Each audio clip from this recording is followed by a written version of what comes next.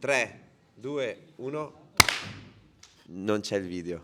Io me la do per il culo. No, non c'è. Oggi no. Perché Luca Antonello non c'è il video?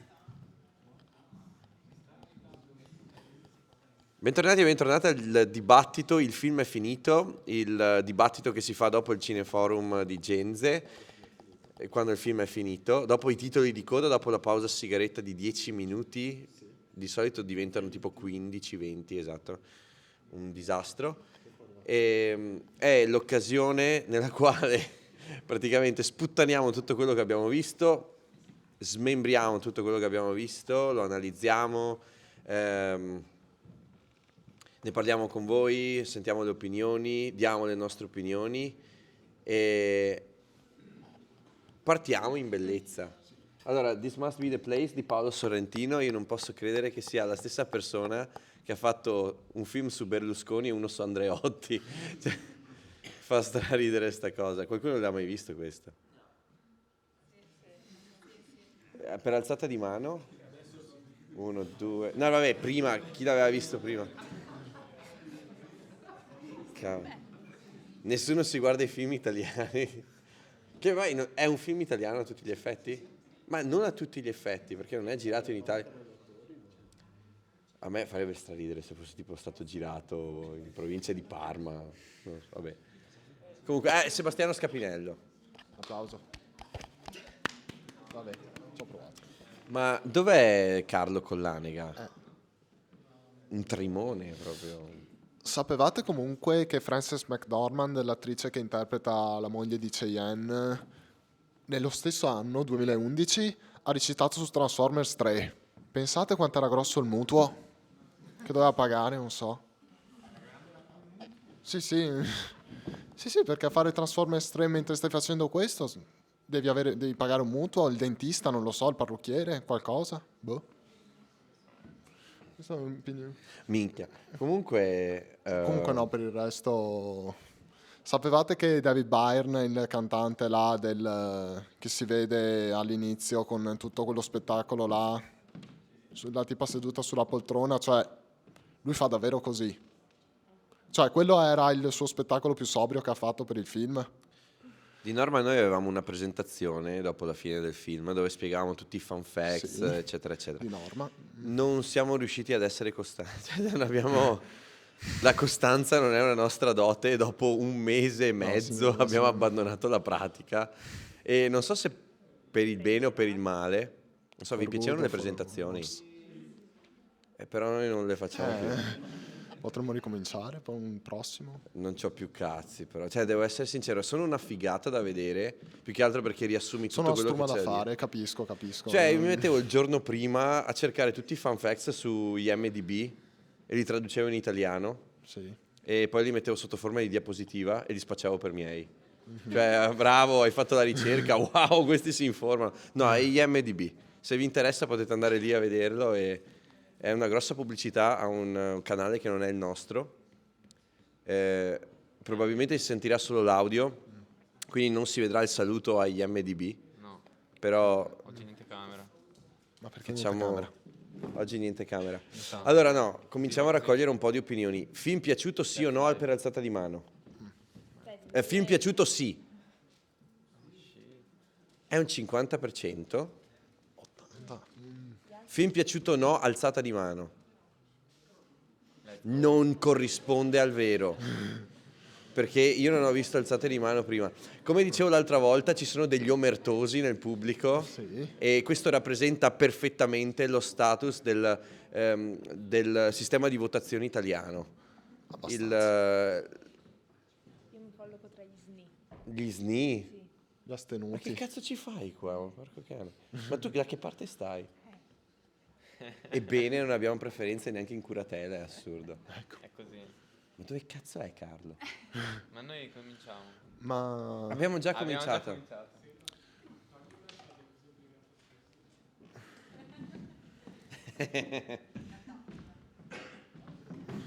grande. Comunque questo film cioè quando uscivano le locandine di questo film nel 2011, mia madre le vedeva e diceva mamma mia che schifezza che è, Dio mio, cioè come fa a conciarsi così una persona, un attore come Sean Penn e Sorrentino a farlo conciare in questa maniera qua. L'ha visto, è uno dei suoi film preferiti adesso. La rivaluta, Beccati questo. non giudicare un libro a copertina, la serie, mia madre, protagonista. Cosa? Non so, mia madre giudica un sacco di cose alla copertina, poi le vede e sono belle e le piacciono. Esatto. Cioè, è un film un po' inusuale, più che altro perché il protagonista non è proprio il classico protagonista, l'eroe. Cioè, ha fatto camminare un uomo nudo nella neve. Che poi... signore e signori, Sean Penn.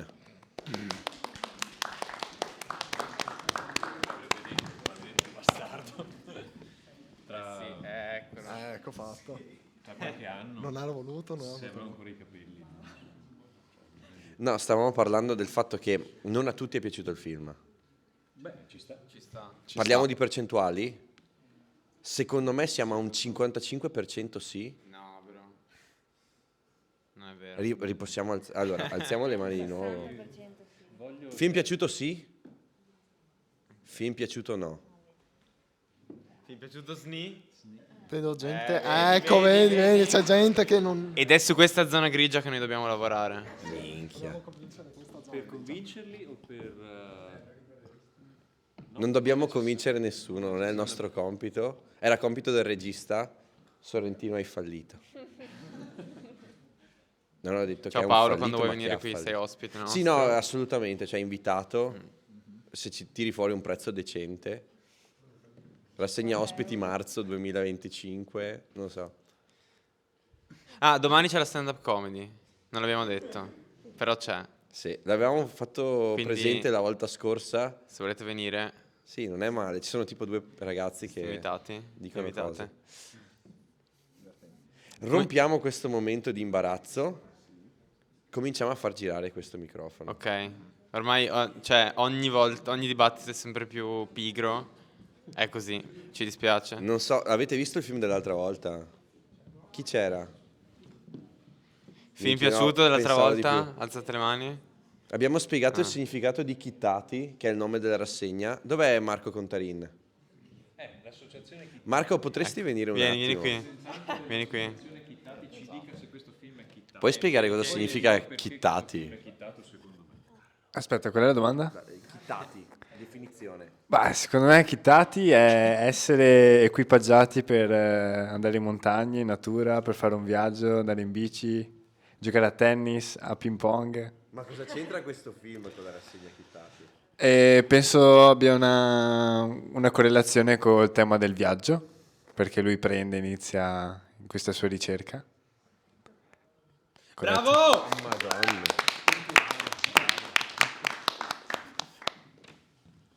Questo è tutto quello che abbiamo da dire. Questo questa abbiamo sera. concretizzato, abbiamo sublimato l'arte. Sì. Ah, parola a Carlo. Io direi che, allora, cioè, lui è Sean Penn, il regista di Into the Wild, comunque, quindi chittato per forza. Ci sta. No, lui è chittato suo malgrado nel film, cioè che è la cosa bella. Stai bevendo Fernet? Certo che sì. Stai facendo pubblicità a una bevanda? Non hai il microfono, per fortuna. Okay. Fernet Franca, il gusto della vita. Non riceveremo mai soldi da loro. Lo so, mi avevano detto tipo... No, Carlo, io scusa, vorrei riprendere questo assist clamoroso che avevi Chittato sfruttato. suo malgrado. Sì, sì, Sean Penn. A un certo Poi- punto devi andare, cioè c'è quella volta in cui non devi avere paura, come dice lui, e parti. Cioè, E parti da per solo. forza, cioè sei chittato per forza, bisogna essere chittati per forza nella vita. Anche questo è senza microfono, per cui non lo registriamo. Vuoi? Ok. Quindi Sean Penn, chittato suo malgrado, ebreo discendente, rockstar Dal nome nativo americano. dal nome nativo americano, suo malgrado. Suo malgrado. Anche Eh, se c'è una scena con un indiano che qualcuno ci Wow. rimprovera che sia stata messa per vezzo artistico, poi capiremo se è così o no. Poi capiremo che cos'ha questo personaggio di interessante per noi, oltre al suo look. È ricco. È ricco, Ma sì. ricco, Sì. È ricco dentro. No, beh, è anche ricco, è annoiato ed è fermo nella sua vita, cioè è piantato, quindi a un certo punto qualcosa deve succedere per fargli cambiare prospettiva. Succede anche secondo un luogo comune, cioè vabbè, devi proprio andare a cercare, sembra una barzelletta, l'hai poi trovato che è il criminale nazista, ci interessa fin là, anche se è centrale il discorso, però è la cosa assurda, tra le tante cose assurde nella vita che puoi trovarti a fare, a lui capita questa. La vita è tutta un'assurdità, il film lo sottolinea in vari modi. Cioè perché devi avere una cucina in cui scrivi cucina perché, per renderti conto che è cucina? Perché hai una piscina in casa che non è piena? E sono le classiche domande da disco dei Talking Heads, di cui il film secondo me riprende moltissimo lo spirito per dirci ok, cioè, in che cazzo di vita siamo? Forse non lo sappiamo.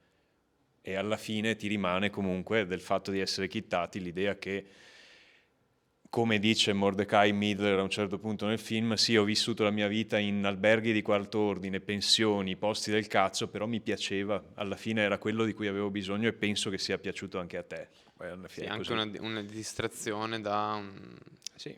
cioè non voglio dire un trauma, però Tante cose, poi appunto il film secondo me suppone tante assenze, cioè l'assenza del padre, una serie di mancanze, una serie di irrisolti e alla fine vai avanti l'assenza del padre e anche l'assenza dei figli, e l'assenza dei figli. secondo me. Certo, sì, sì. Beh, cioè, È un film sull'assenza? Forse sì, forse no. ma sul colmare un'assenza, cioè anche sul cambiare probabilmente. A qualcuno non è piaciuto il finale e può essere un argomento. qualcuno non è piaciuto il film. A qualcuno non è piaciuto il film? Sì, e a me interesserebbe in realtà capire, cioè, perché no? Cioè, mi fa piacere. Esatto. Perché Dai, anche tra di noi a qualcuno non è piaciuto completamente. a chi? Oh shit. Beh, parti tu allora. Forse un assist, cioè alla fine tutto questo viaggio, cioè, non mi ha convinto del tutto. Ne stavo parlando anche fuori con mi sembra la Silvia. Cioè, mi sembra che sia stato un viaggio molto significativo, ma poi alla fine è come se non avessi ben sentito un cambiamento effettivo nel personaggio. Non lo so. Ma questo neanche è un po' proprio vibes. quando... Quando stai i capelli dici. Ah, Quando fuma una cicca è diventato adulto. cioè, capito? Non fumate. David Lynch ve lo dice. Beh, esteriormente forse sì, però non lo so, cioè è come se avessero preparato qualcosa di molto potente, però alla fine è come se mancasse un po' qualcosa di così tanto potente. Non lo so, ho avuto questa sensazione. Beh, ma infatti mi viene in mente che con Arianna, ad esempio, che non è qua, dicevamo il film è praticamente condotto tutto su una sorta di linea, non ha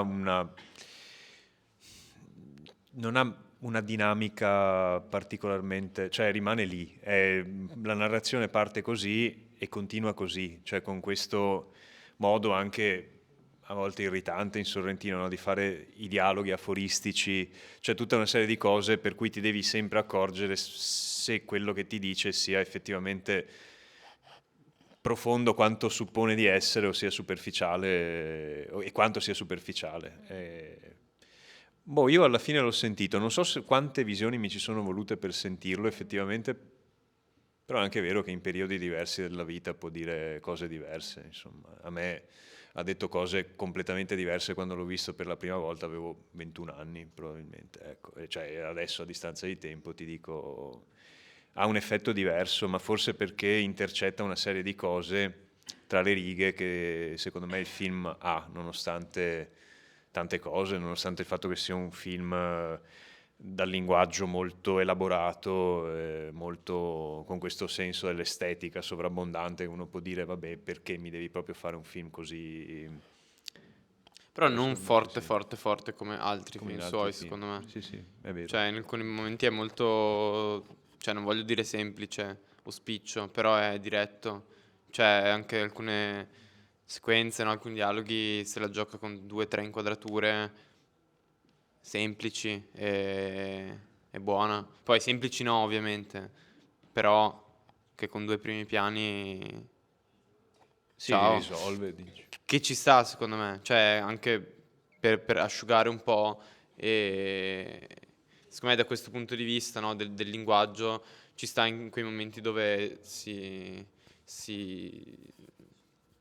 asciuga molto e non so come dire. Poi alla fine, come dicevate voi, cioè la maggior parte delle volte c'è un personaggio che cioè, esce da destra e rientra da sinistra, è sempre così, sempre così. Raccordo mancato. Quindi per me ci sta.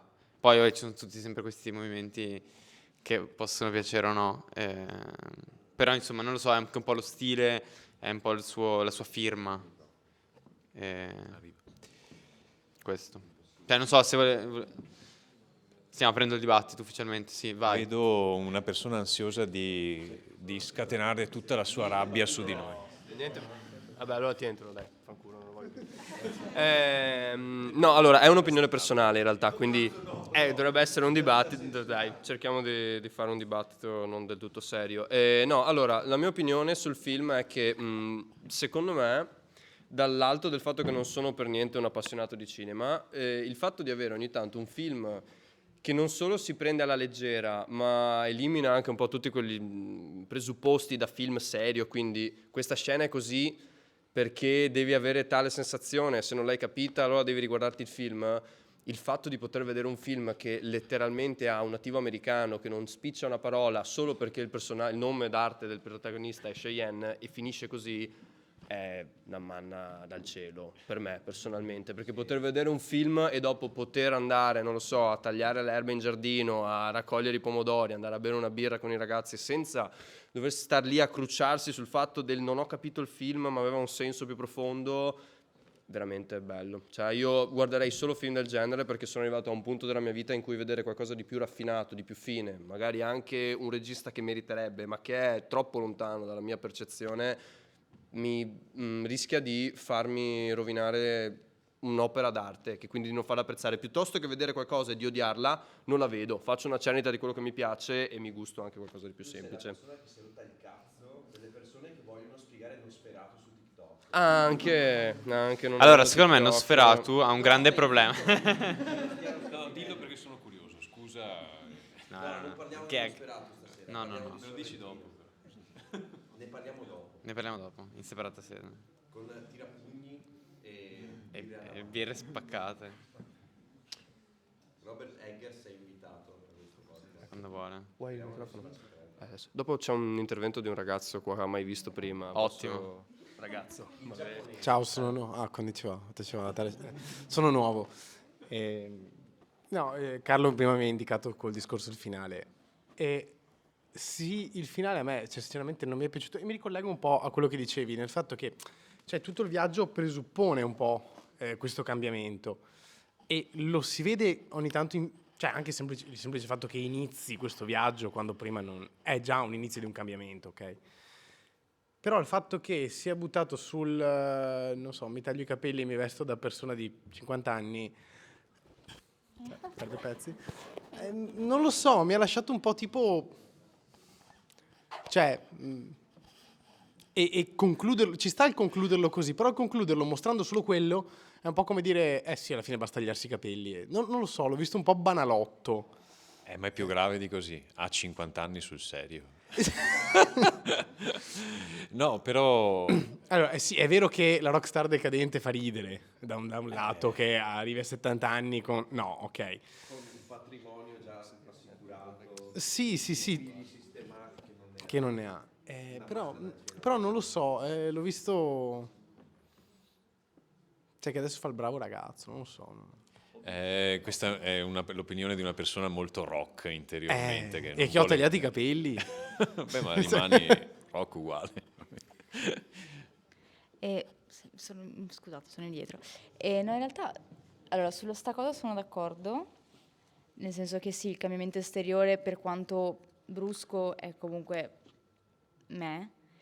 Quello che ho visto io come cambiamento effettivo è stato il fatto che per tutto il film si è sempre portato dietro o il carrellino o la valigia o questo o quello, e alla fine del film era l'unico momento in cui non aveva nulla dietro. Cioè ha smesso di portarsi dietro un peso, il passato, non lo so, se volete interpretarla come volete. Quello secondo me era il vero cambiamento. Oddio, no, ti prego. Questo è il vero cambiamento. Esatto. E cioè, nel senso, non è tanto il cambiamento esteriore che, ok, si fa più scena, però era proprio quella cosina lì. Vai. Bella, ci piace.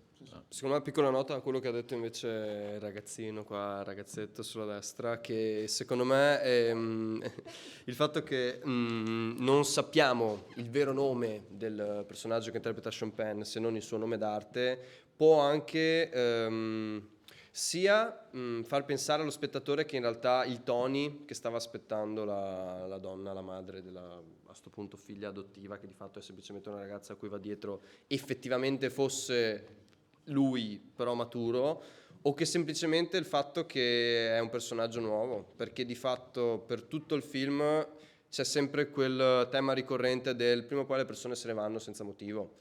Se ne sono andati via due ragazzini perché ispirati dalla sua musica apparentemente hanno deciso di togliersi la vita, si è andata via la madre di lei, è andato via questo. A sto punto magari, per quello che sappiamo noi, Cheyenne non è mai tornato dagli Stati Uniti, è rimasto là. Quello che è tornato era un personaggio nuovo, pertanto non è che è cambiato, è che semplicemente anche per lo spettatore deve mettersela via, che le cose cambiano, i personaggi scompaiono. È una cosa che non siamo abituati, perché vedere un film in cui il protagonista di punto in bianco scompare ci lascia con un, come dire, qualcosa che non vorremmo, perché già magari dobbiamo convivere col fatto che le cose cambino, che le persone se ne vadano. Il fatto di vederlo anche in qualcosa che dovrebbe intrattenerci magari fa male. Per questo vedo anche tante persone che teorizzano su personaggi morti che magari potrebbero tornare in altri film, perché non sopportiamo l'idea di abbandonare qualcuno, men che meno in qualcosa che dovrebbe farti star bene. Quindi a me personalmente è piaciuto proprio questa, neanche assurdità del finale, però questo schiaffo, tra virgolette, che quindi ha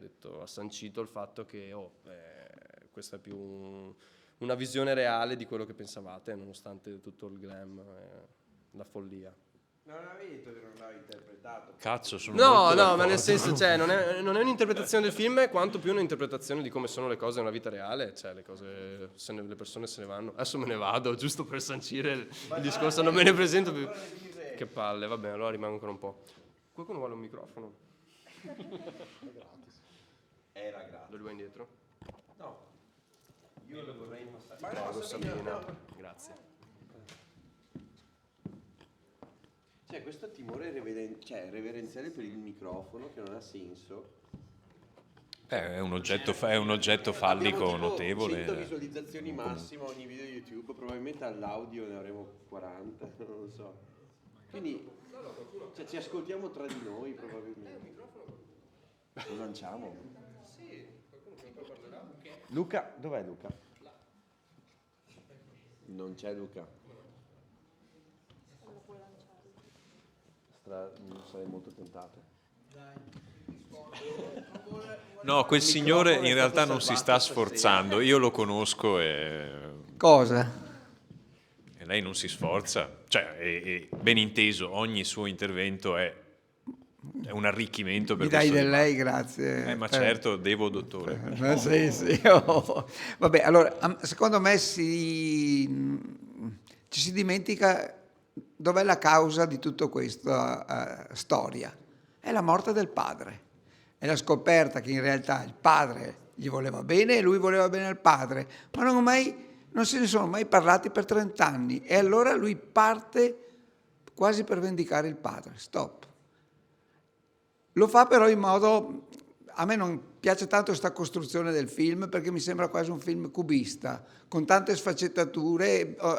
Bisognerebbe quindi rivederlo 1, 2, 3 volte per capire cosa c'entra quel personaggio improvviso, per ricollocare tutto in un certo ordine. Alcune cose anch'io non le capivo, già da alcuni interventi ci stanno, però secondo me non è tanto il nazista, il vecchio nazista l'obiettivo, ma è questo rapporto con è lui stesso che a un certo punto capisce che poteva anche lui essere un padre per amare qualche figlio e non ha un figlio. Sono assolutamente d'accordo. E ha questa figlia apparente che non è neanche sua figlia, che deve mettere insieme con quest'altro ragazzo. Basta, non dico altro.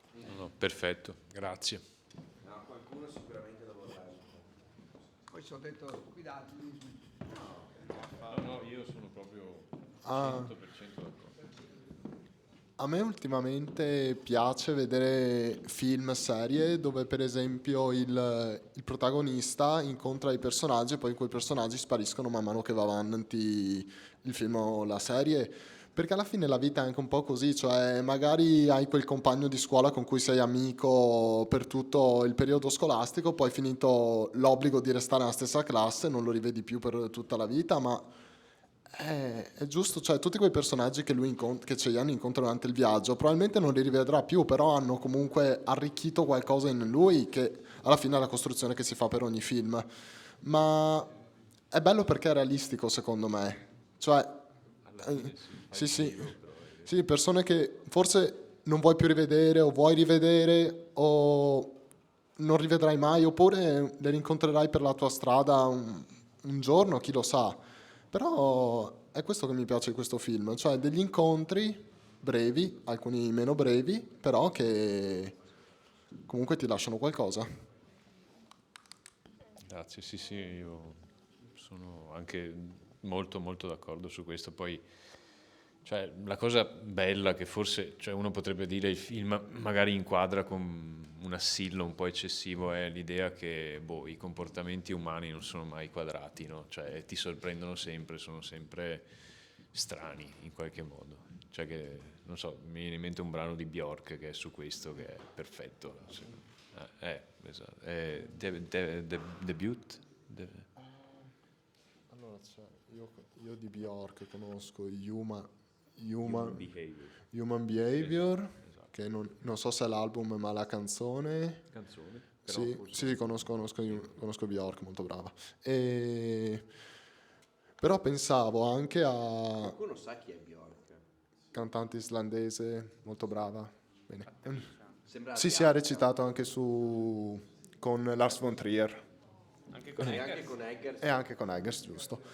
E un'altra cosa che mi è venuta in mente è che tu dicevi che This Must Be the Place è anche il titolo della canzone dei Talking Heads, però si poteva chiamare anche dall'album Once in a Lifetime, che alla fine anche quella canzone parla di come ci sono finito qua con questa moglie, con questa casa, con questa vita, come sono... Cioè, è proprio nel ritornello e tutto quanto passa come l'acqua che finisce sempre per terra alla fine. Luca Antonello. Gli applausi che si... Ma che cazzo, è la persona che ci sta dietro, audio, video, Walter. Non gli diamo abbastanza credito a quel ragazzo lì. Si sbatte ogni cavolo di venerdì sera per permettere che questo teatrino si compia. Un bel applauso per Luca Antonello. Grazie per lo scotch. Grazie per lo scotch. Scusate, ma ogni tanto ci vuole, cavolo. Sì, hai diamo ragione. credito alle Fai persone. bene. No, che alla fine anche questo film ricorda un po' una canzone di Talking Heads, personaggi un po' stravaganti in un mondo apparentemente normale, ma alla fine quelli più normali alla fine sono loro. Grazie di averlo detto, perché la sento proprio esattamente così. Sì, Io posso dire una cosa? Penso che forse in questo caso, ma anche un po' in generale, forse cioè, carichiamo troppo di aspettativa gli incontri, soprattutto gli incontri fortuiti, e questo è anche un film che si basa un po' sugli incontri fortuiti e sul viaggio, su questa cosa orribile, disgustosa, l'importante è il viaggio, no? Non è il finale, è il viaggio, no? Non avete capito. Però qui è pieno di incontri, ma anche non per forza diretti con il personaggio, no? Con cui interagisce, ma anche solo con le persone che vede, no? Anche il tipo con il mantello, cioè tutta questa flora di assurdità, di stranezza più che altro, che viene dipinta nel film, è è molto peculiare, secondo me. Cioè, non ci sono personaggi normali, e anche quelli che sono normali comunque, boh, penso che rappresentino un certo tipo o di cultura o di stile di vita. E quindi è molto bella questa cosa, e quindi penso che non sia poi, ecco, come conseguenza necessario che questi personaggi lasciano qualcosa al protagonista o lasciano qualcosa a noi. Poi insomma sta alla nostra interpretazione. E quindi è così, cioè, date le premesse di questo film, che sono forti, secondo me, questo è il viaggio.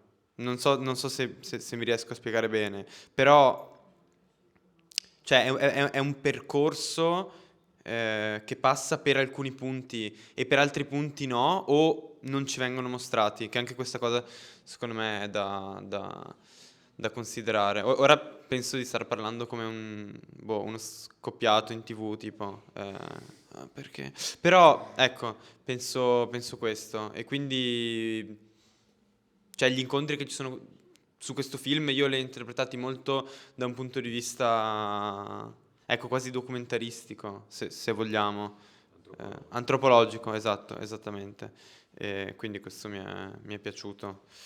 E boh, poi potrebbe essere bello considerare questo film nella sua organicità, insomma, nel suo cuore, e capire se è buono o no per questo, ecco, non se quanto distante è dal mio film preferito o dai film simili al mio film preferito. Però questo è il film e non lo so. È bello o no? Ecco, questa potrebbe essere una cosa.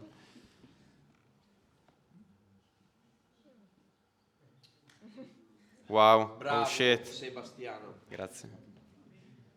Vabbè, forse oggi sta andando così proprio. Diamo un ultimo attimo. Allora, Mancano ancora delle persone che non hanno detto perché il film non gli è piaciuto. perché il film non gli è piaciuto. Esatto. Cambiamo la domanda, esatto. Perché siete venuti qui questa sera? Questa è un'ottima domanda. Cosa vi aspettavate? Cioè, per la rassegna Chittati. Questa è una buona domanda invece. Wow. Perché è vero che è un po' eccentrico. La rassegna Chittati è vasta. Potrebbe essere stata vasta. Però abbiamo solo 4 appuntamenti al mese, quindi... E non 5. Sento un'allusione. No, vabbè, non Anche non perché voglio... poi l'inventore dei trolley ha detto morte agli zaini. Fun Quindi- fact, quell'attore lì è il feticcio di David Lynch. Eh sì. Non c'è la videocamera, però un saluto. Cioè, c'è un film che abbiamo proiettato che ha lui come non come coprotagonista, però è uno dei... certo, Un sogno lungo un giorno. Ah, cazzo. Vabbè, non è coprotagonista. No, è un personaggio importante, però. Sì, è vero. Mi sono dimenticato cosa volevo dire prima. Cioè, in realtà volevo fare una domanda del tipo: se vi siete mai trovati effettivamente a dovervi spostare senza essere consci di volerlo fare, però questa roba corrispondeva ad una necessità interiore, che secondo me è un po' il cuore di Chittati in realtà. Poi puoi essere chittato o meno, e in effetti lui fa tutta una tirata contro: io sono un turista e non un viaggiatore, gli zaini mi stanno sui coglioni, il tizio gli dà ragione, gli dice sì, morte appunto agli zaini, però di fatto si sta muovendo tantissimo rispetto all'isola che si era creato e da cui doveva uscire. Per cui non so. Forse è un film che rifiuta la modernità, cioè la contemporaneità. Beh, il personaggio sicuramente lo rifiuta tantissimo, non ha il cellulare, beato lui. Io ho 2 cellulari, Uno del 91, l'altro del 2010. uno del 2008 credo, che sopravvive in qualche modo.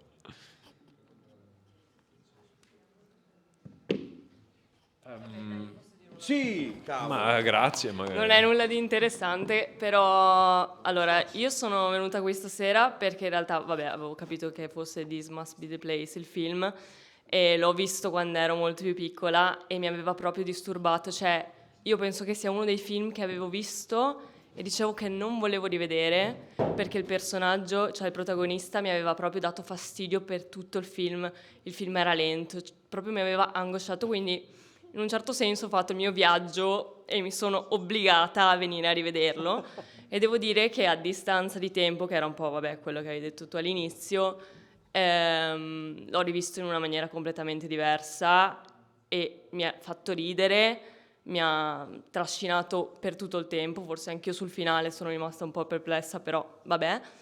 Quindi niente, non è un grosso commento, però non so, mi ha lasciato positivamente questa volta e sì, sono d'accordo anche con quello che ha detto lui, che cioè, non so se ho inteso bene, però è quel film che guardi e ok, cioè, non lo so, ti lascia qualcosa, magari non capisci esattamente cosa, però è una cosa positiva, non lo so, basta. Grazie. Vai. Una cosa. Bellissima cosa che hai detto effettivamente. Madonna Dio. Bellissima cosa che hai detto del fatto dell'averlo visto una volta, non ti è piaciuto e nonostante tutto hai deciso di riguardarlo, perché secondo me la dice lunga sul modo che abbiamo di vedere i film, che alcune volte ci costringiamo, come dicevo prima, a farci piacere dei film, mentre invece è semplicemente una questione di tempismo. Può essere che possiamo vedere tale pellicola in momento X e diventare il nostro film preferito, come vederla in momento Y e fa schifo. Il problema è che un film, secondo me, dovrebbe intrattenerti, che quindi a te piaccia vedere Natale a Cortina o piaccia vedere tutta la cinematografia di Lynch, sii contento e non rompere il cazzo dopo, capito? Cioè deve essere una cosa piacevole, non deve essere pedante, appunto. Se ti è piaciuto in quel momento, bene, se no, pace. È anche, deve essere una cosa, secondo me, molto più personale e Sorrentino qui l'ha resa molto bene. Ti piace il film? Bene. Non ti piace il film? Ottimo. Vuoi cogliere le citazioni? Benissimo. Vuoi non farlo? Pace.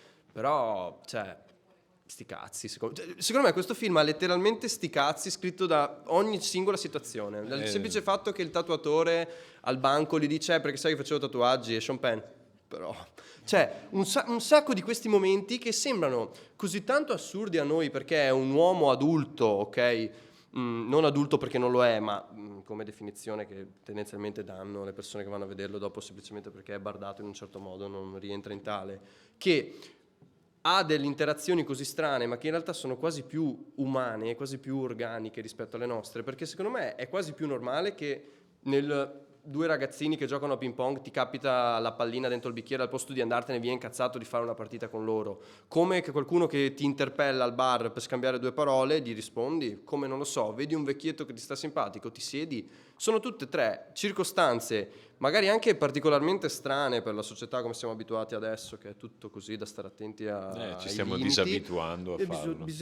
Quello lì, disabituandoci sempre di più, però cioè, è normale, ma bello, normale, come dire, razionale. Difatti colgo anche l'occasione per dire che non sono d'accordo con quello che ha detto il ragazzo in cima agli spalti, perché secondo me, per quanto perdonami il ragazzo, per quanto appunto possa sembrare un mega mappazzone di film con un sacco di sfaccettature da leggere, secondo me è letteralmente un libro con un grande classico riscritto con delle immagini a cui è bello anche vedere solo le immagini. Cioè, puoi non leggere Tom Sawyer, ma vedere due ragazzini su una zattera rende lo stesso l'idea, no? Ti piace uguale senza averlo letto? Bene, pace. Cioè, secondo me dobbiamo perdere un po' quello stigma del rompere il cazzo per come ci gustiamo le cose. Come mai i tuoi interventi si fanno più belli di anno in anno?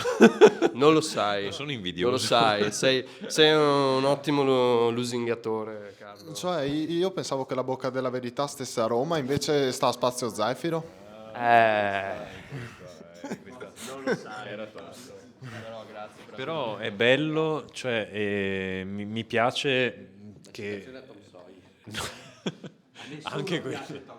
Ti do una mela strappo. Però no, cioè, mi piace molto ed è molto chittata, per usare di nuovo questo termine che ci ossessionerà fino alla fine del mese, il fatto che... Ma è un'invisizzazione di kit nel senso di kit sopravvivenza.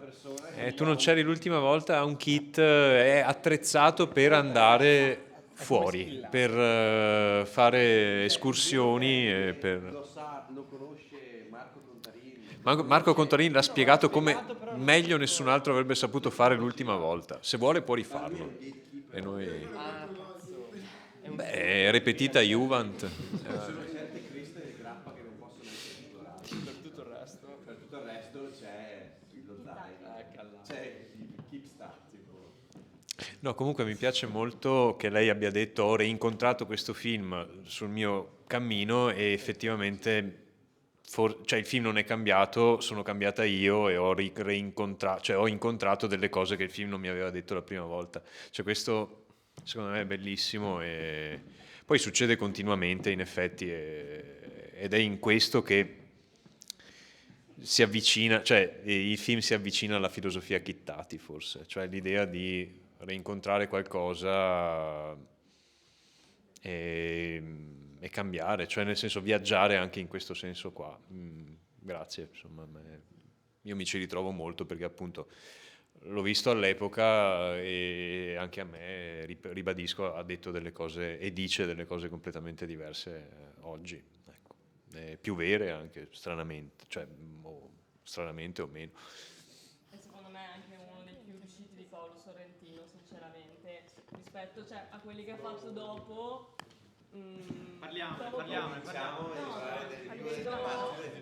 Vedo più in realtà in questo che in quelli che ha fatto dopo. Scusate, urlavo.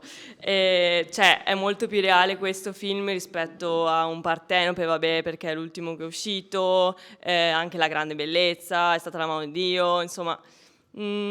Su quelli vedevo molti più fronzoli, su questo invece personalmente ne ho visti molti meno e mi è quasi piaciuto, che di solito a me Paolo Sorrentino, un popular opinion forse, non lo so, non mi piace così tanto, in questo caso invece mi ha colpito, molto più realistico, anche se molto più cubista, però più realistico. Cubista, sì.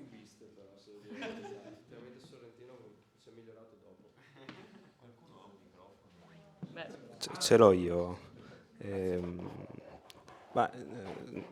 Sento molti pareri discordanti, cioè non discordanti, negativi per Paolo Sorrentino, specialmente tra gli appassionati di Lynch, non so, cioè, ci deve essere una specie di cosa che se ti piace David Lynch non ti può piacere Sorrentino. No, non è. No? Non so, cioè, mi direte voi se è falso, se è vero. Questa è la seconda volta che vedo il film e non ho avuto dubbi quando si è trattato di alzare la mano e dire che mi è piaciuto, però effettivamente a me sembra un film che non funziona, cioè c'ha un qualcosa che sembra essere andato storto, non so, come butti la torta che deve gonfiarsi in forno e viene fuori sì, che non è giusta, specialmente... Cioè, mi sono chiesto un attimo mentre parlavate che cosa può essere andato storto e secondo me il film un po' si presenta come un film pop, un film leggero, a tratti sembra quasi una commedia di Wes Anderson, però poi ti spiazza con questo finale che in quel contesto lì è parecchio duro da mandar giù. Se si fosse preso un po' più sul serio come film, l'avesse buttata più, non so, un film bianco e nero ungherese di 7 ore, il tizio si taglia i capelli e dici, ok, grande lezione di vita. Perché alla fine le grandi lezioni di vita sono sempre le solite robe, come sto film che è di una banalità sconcertante.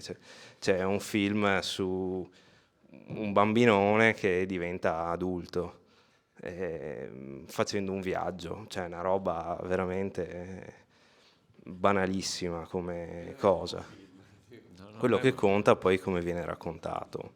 Poi l'altra cosa le altre due cose che volevo dire era una sulla colonna sonora che è incredibile, cioè secondo me sono sorpreso, nessuno ha parlato, ma potevano buttare 4 immagini a caso, degli Stati Uniti, robe così, e passa il tempo con una leggerezza incredibile, ti butta dentro una varietà stilistica di musica incredibile, quindi grande lavoro di David Byrne, che fa un cameo a metà del film, che è il cantante anche dei Talking Heads, che è il nome e la canzone di questo film, che penso sia la canzone preferita di Sorrentino, se non sbaglio, tipo, penso sia ossessionato dai Talking Heads, perché se no non si spiega il film.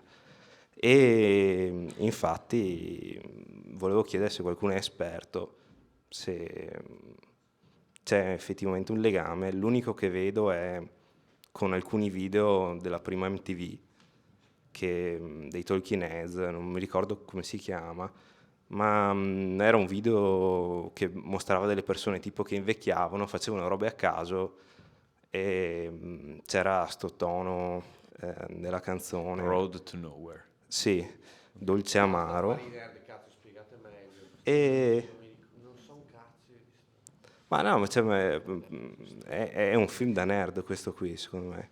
Nel senso che fa finta di essere pop, però te lo devi guardare 14 volte e ascoltarti la discografia di Talking Heads per capirlo. Questa è la sensazione che mi ha dato. È anche giusto, secondo me. Cioè, poi fin là, nel senso, non sono completamente d'accordo, perché il film, secondo me, ti lascia delle cose in maniera dritta, senza bisogno di passare attraverso stratagemmi. Però il film di stratagemmi ne predispone tanti, e qui hai ragione tu, cioè, anche perché Umberto Contarello, che è padovano ed è l'autore con Sorrentino della sceneggiatura, è uno, non so, cioè un filosofo mancato, e quindi si ha sempre l'impressione che l'aria, anziché essere sottile, sia sempre più densa di quello che dovrebbe essere. Quindi da questo punto di vista sono d'accordo con te. Sono d'accordo con te anche sul fatto che c'è molto dell'immaginario dei Talking Heads assimilato da Sorrentino, e che a lui questa cosa piace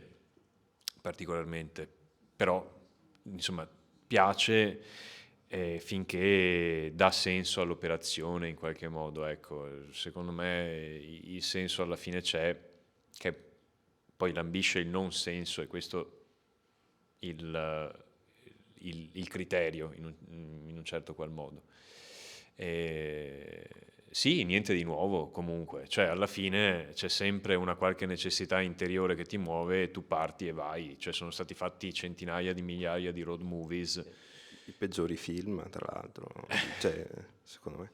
Può essere. Adesso no, di solito quelli che danno più fastidio spesso sono quando non ti rivedi col personaggio che fa un viaggio, torna e ti sembra una banalità e ti fa incazzare personalmente. Non so, dipende da quanto si capta di questa cosa di proprio o non proprio. È impopolare dirlo durante Chittati, il cui senso praticamente è tutto qua, però, però sì, nel senso è giusto, cioè c'è chi lo può ritenere giustamente logoro, è una cosa che abbiamo già, cioè in un certo senso abbiamo già dato, è vero.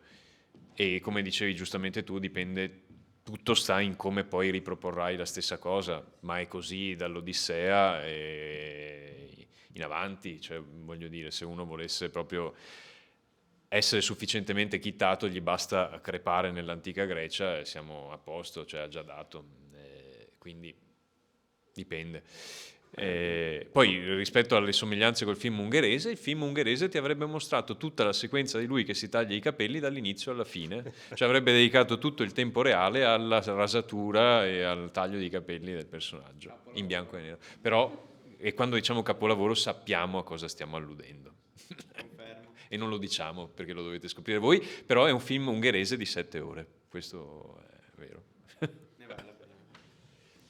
Beh, qualcuno mi spiega perché late per Sorrentino, cioè perché? Scusa, non se esiste effettivamente, non è una cosa che mi sono inventato, perché a molte persone non piace Sorrentino? Premetto, non conosco. Ma... Beh, io qua, cioè forse lei ha argomenti per dirlo, adesso ti ripasso il microfono. Però e in realtà sono d'accordo, e allo stesso tempo non sono d'accordo, perché la vita è strana. Perché ad esempio mi ricordo la fatica che ho fatto ad entrare in Youth di Sorrentino, che è quel film in cui c'è il compositore e il suo amico che stanno in questa specie di spa e c'è tutta una riflessione sul loro essere vecchi. Io l'ho dovuto vedere 3 volte per convincermi che fosse un capolavoro. Però mi ci sono volute 3 visioni, la prima delle quali ho detto no, cioè mi sta riempiendo la testa di stronzate, di aforismi, di cazzate, è bravo a muovere la macchina da presa e ha fatto una stronzata. La seconda volta ero già meno convinto, la terza volta mi sono dovuto ricredere del tutto, perché è un po' come qui, cioè in mezzo a tutto il rumore che fa, a tutto il casino che fa, anche in maniera, come dire, arbitraria, a volte sembra, cioè, che voglia proprio fare il figo e ti sta tanto sui coglioni, ma alla fine c'è quella cosa profonda che illumina di senso tutto il film. Io quando per la terza volta ho rivisto la scena finale in cui finalmente in Youth il compositore decide di esibirsi al pubblico e come dire, decide di risuonare le canzoni che aveva scritto per la moglie, che si era visto nella sequenza prima in che condizione stava, ho detto ok, cioè sta roba mi ha proprio vinto, ho capito che il film era autentico, però mi ci sono volute 3 visioni sofferte, cioè 2 delle quali sofferte. E Sorrentino è proprio un nerd, sì, cioè nel senso non c'è dubbio, è afflitto da tutti i complessi dei nerd, lo è, però è appassionato di quello che gli piace, però non direi che è un nerd. Deve combattere con questa sua cosa, cioè, secondo me. Di Tolkien e Maradona e non è essere nerd. Beh, oggi vorrebbe dire essere molto alternativi, forse sì. modo più accettato dalla società, no? Perché essere nerd sono sfigato. Però secondo me bisognerebbe normalizzare il fatto di odiare un film anche se fatto da una persona che... No, tanto si sente la mia voce. Secondo me bisognerebbe constatare il fatto che non per forza una cosa deve piacere solo perché l'ha fatta una persona che è molto più brava di noi a farla. Cioè, se per me è un regista che per tutti è riconosciuto come tale, come un genio, scusate, come un regista di successo, dimenticavo l'aggettivo, fa un film che non mi piace, secondo me non dovrei essere costretto a vederlo 5 volte fino a che non arrivo al punto di farmelo piacere. Se non mi piace, pace, può essere che magari sia limitato, come non possa coglierlo. Diciamo che il limite da non vagliare è il dire fa schifo o è bello. Se qualcosa non ti piace e non hai grado sufficiente per poterlo valutare in maniera oggettiva, non lo fai. Però non dovrebbe essere così tanto pesante. Per dirti, secondo me lui ha fatto benissimo a dire che non gli piacciono i road movie. La sua opinione non la condivido. Il peggior film che puoi incontrare è un road movie. Beh, non sono d'accordo. Comunque è legittimo che tu l'abbia detto perché è la tua opinione, però allo stesso tempo io non me la sento di essere in disaccordo con te portandoti tipo dei temi, delle tesi e dire no perché i film sono così così. No, a me piacciono e basta. E secondo me io sto molto picchiando su questa cosa perché This Must Be The Place è uno dei pochi film che mi sa tanto da videoclip, non nel senso a livello di regia, ma proprio per come noi approcciamo la musica. Adesso siamo qui a dire sì perché la discografia dei Talking Heads eccetera, boom, però probabilmente abbiamo sentito 1 miliardo di volte Once in a Lifetime in macchina dei vostri genitori e non vi siete soffermati sul testo, vi piaceva la melodia e andava bene. E non era necessario soffermarsi sul testo, secondo me. Finché una cosa piace, deve essere così, gradita e fine. E il film, secondo me, lo ribadisce tanto bene, tant'è che non me ne frega proprio niente di guardarlo in occhio oggettivo a livello di regia. Mi è piaciuto. Cioè, tu vivi bene, ma ci sono persone che ogni giorno pensano alle valigie. Lo so, però vedi, io almeno non so se vivo bene, però... Per citare il film, insomma. Sì, scusami, prego.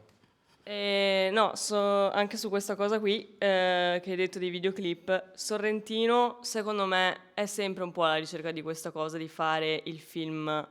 Cioè, ora io mi viene in mente Partenope perché è l'ultima cosa che ho visto purtroppo, però Partenope è bellissimo, cioè è bellissimo, esteticamente meraviglioso, l'ho guardato, ho detto wow. Poi sono uscita dal cinema e non riuscivo a spiegare perché mi fosse piaciuto veramente e ripensandoci mi piaceva sempre di meno.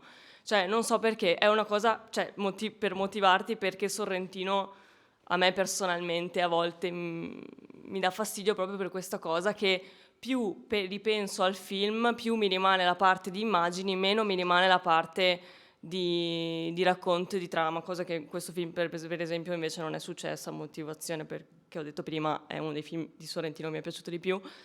E sì, forse sono film che bisogna riguardare, però giusto questo, giusto anche quello che ha detto lui, che invece, quindi un po' confusione adesso mentale, però ecco, se posso dire una cosa, a me dà un po' fastidio quella cosa che dà tanto importanza all'estetica.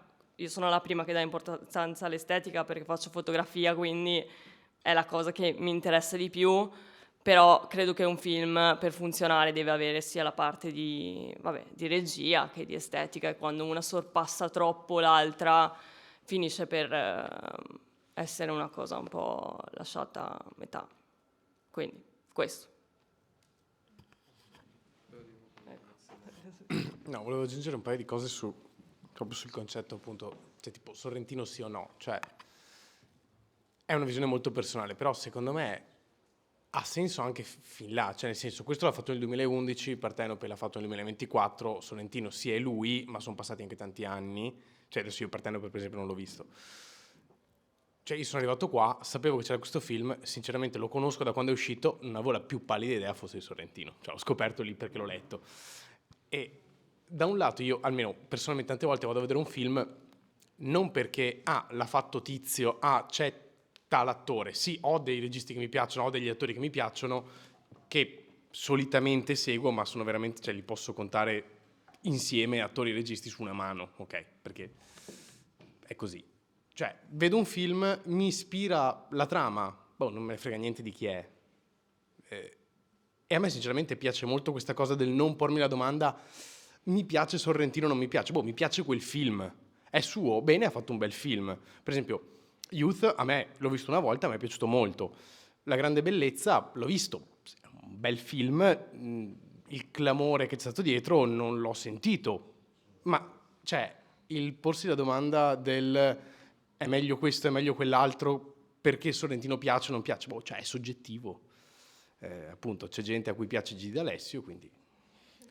No, vabbè, effettivamente, scusate che abbasso sempre il dibattito. No. Cioè, con l'odio della gente, con discorsi quelli stupidi, tipo Sorrentino sopravvalutato, sottovalutato. No, cioè io sul primo a dire, ne parlavamo prima qui, cioè che su Sorrentino io ci vedo un po', visto che prima avete nominato Nosferatu, non voglio entrare in argomento, però... su certi aspetti, anche se in maniera diversa, lo vedo simile a Eggers, cioè nel senso che entrambi sono due persone che tecnicamente sono bravissime. Forse Eggers, cioè io lo paragono un po' a un virtuosista, cioè come un virtuoso, ok? In un ambito più tecnico, lui forse in un ambito un po' più artistico, che spesso vanno un po' a dare quella patina ai film che può dar fastidio, cioè è fatto benissimo ma può dar fastidio, quel quasi troppo giusto. Manca quel che di sporco, di grezzo che magari dà la firma dell'autore. E l'autore, cioè in realtà la firma è proprio questa cosa qui. Non so bene cosa ho detto. Cioè un segone, insomma. Sì. A chi lo devo tirare?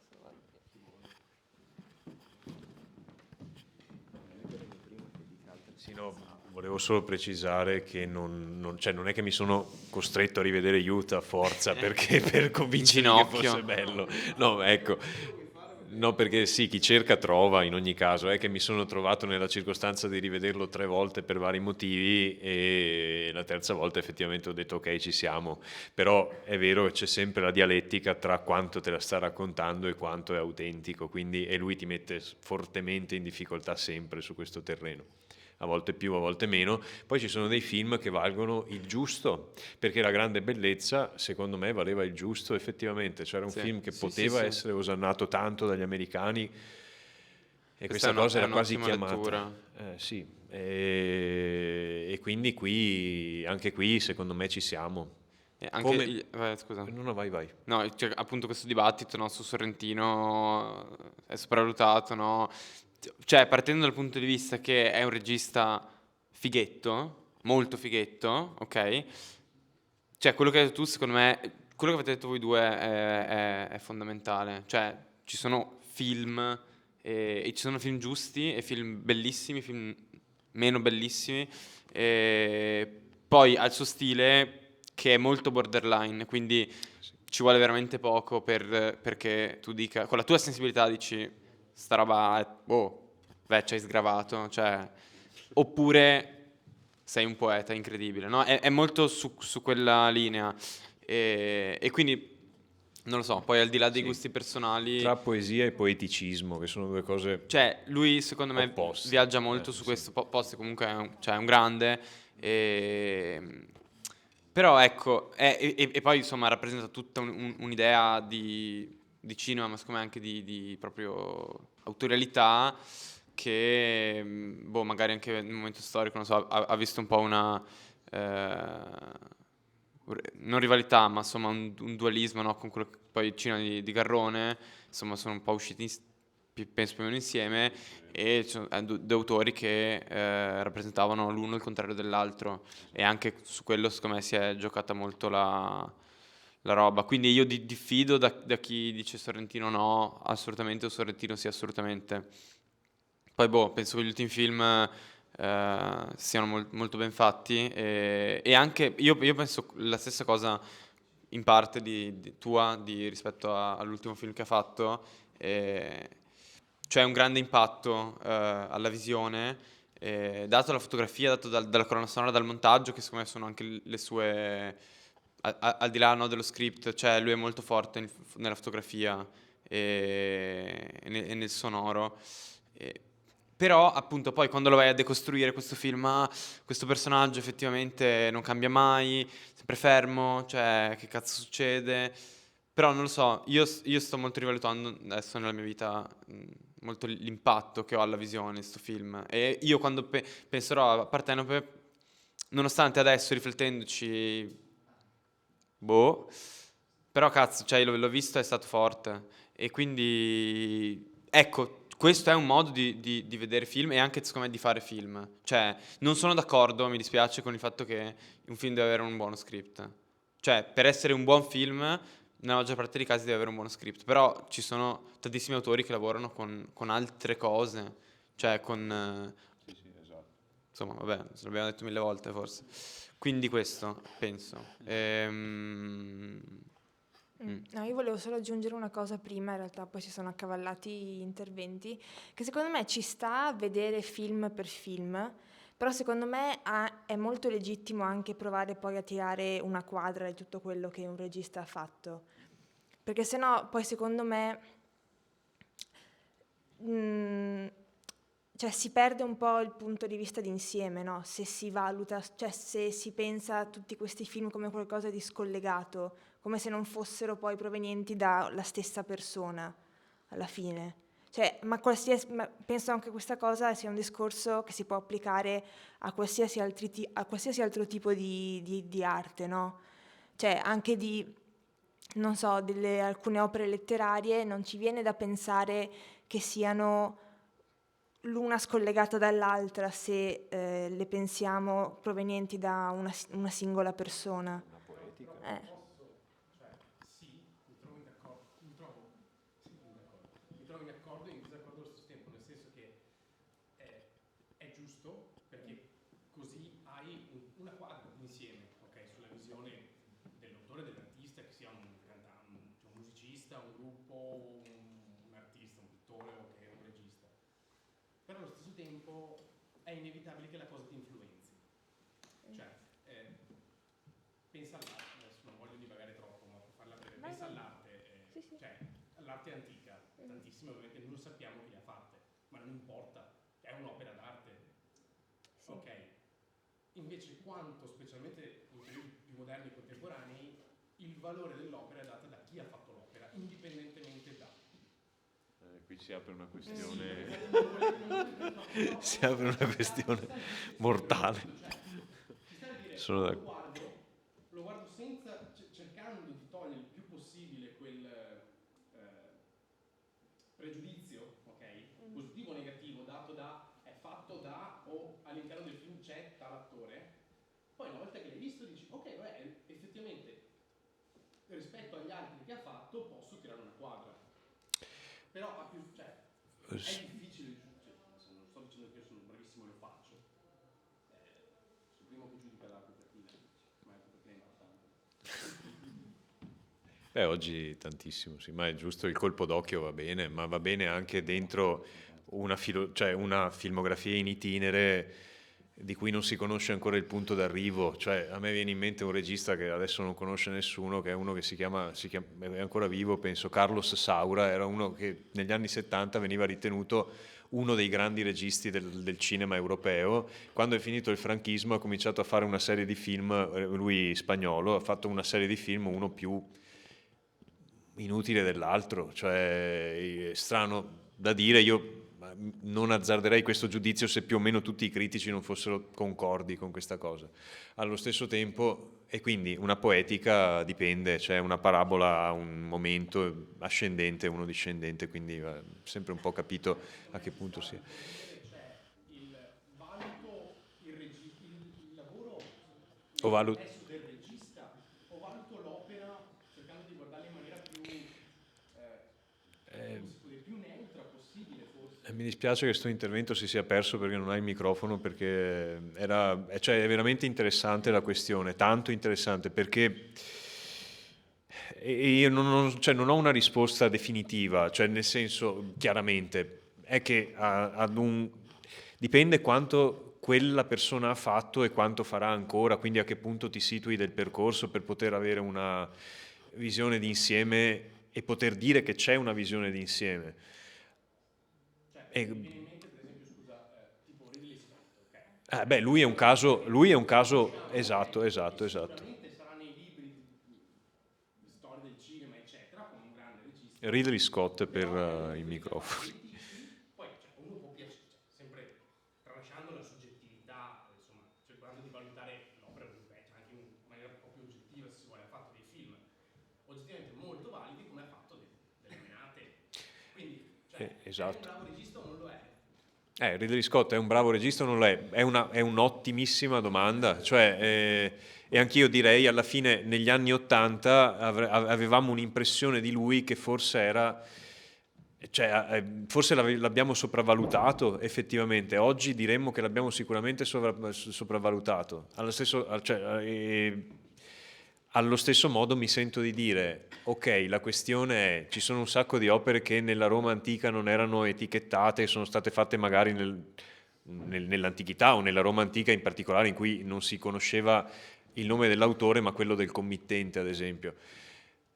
È una buona questione, nel senso che, cioè diceva Tinto Brass, però, che alla fine alcune cose sono questione di linguaggio, cioè il film erotico sta al porno come la Fellazio sta al pompino, cioè è una questione di linguaggio, cioè tu fai, nel senso, lo stesso soggetto può essere rappresentato in tanti modi, che ne so, il David lo può fare chiunque, ma se lo fa Michelangelo è una cosa, se lo fa un altro grandissimo autore è un'altra cosa, nel campo dell'arte vale sempre sta roba. Vorrei sapere quali sono le valutazioni oggettive.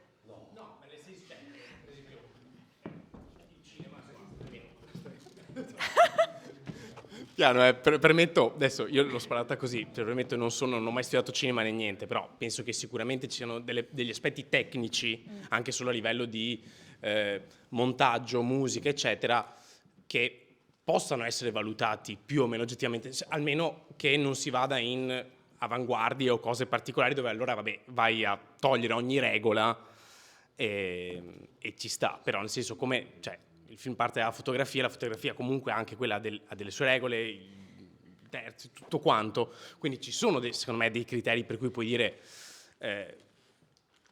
questo è un gran film e il Cinepanettone X magari un po', ok, poi appunto a uno può piacere quello e non questo, però insomma c'è un motivo se certi ce li ricordiamo e altri no. Sì, è che secondo me, cioè, gli strumenti di cui parli tu, tutti quegli strumenti di cui si serve un regista, cioè sono tutte tecniche di cui uno fa uso in modo diverso, però poi secondo me il momento della valutazione, proprio della valutazione estetica, resta sempre qualcosa di interpretativo, secondo me. È quello che è non vero, mi... però ti sarebbe piaciuto più o meno questo film? Cioè, se non avessi saputo che era di Sorrentino, ti sarebbe piaciuto più o meno? È quello. Cioè, il film rimane quello, capito? Poi, cioè, nel senso, saperlo per esempio a posteriori, secondo me, è quasi più interessante, perché ti dici... Devi fare uno sforzo all'inverso, però in questo caso. Ma secondo me è più interessante, perché tu lo guardi senza saperne nulla. Cioè, non conosci la trama, non conosci... Ma gli attori puoi riconoscerli, se li riconosci, e non conosci il regista, né i sceneggiatori, né eccetera. E secondo me è molto più interessante. Cioè, lo ricondurresti a Sorrentino. Sì, scusi, Cioè, dietro di te poi adesso c'erano appunto non cose. voglio esagerare coi pipponi, però... Stiamo per concludere, piccola parola, diceva anche Nicola che mi pare che chiudere a breve. E secondo me... Esatto, secondo me... no, non posso perché sta male. Secondo me i film vanno visti a cazzo, cioè letteralmente... Se a voi è piaciuto Blade Runner perché era Ridley Scott, bene. Se dopo vedete il seguito ambientato, non lo so, a Cortina e di tema cinematografia di Blade Runner, di Ridley Scott,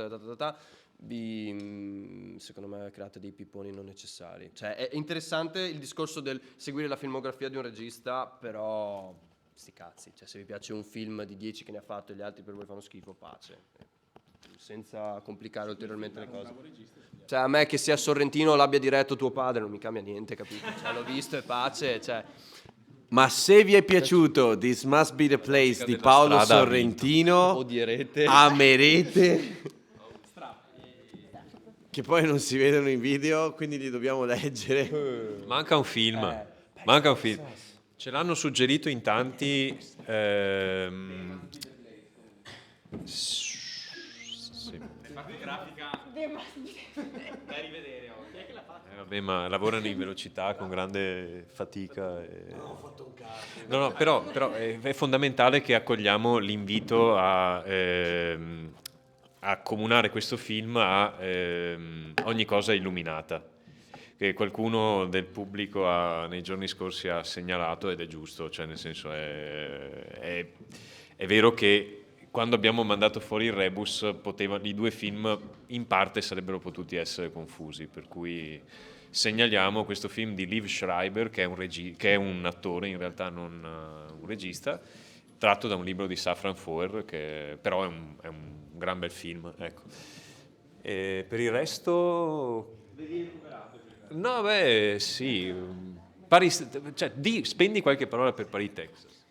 Che cosa devi dire, vecchio? C'è Harry Dean Stanton. C'è Harry Dean Stanton anche in quel film.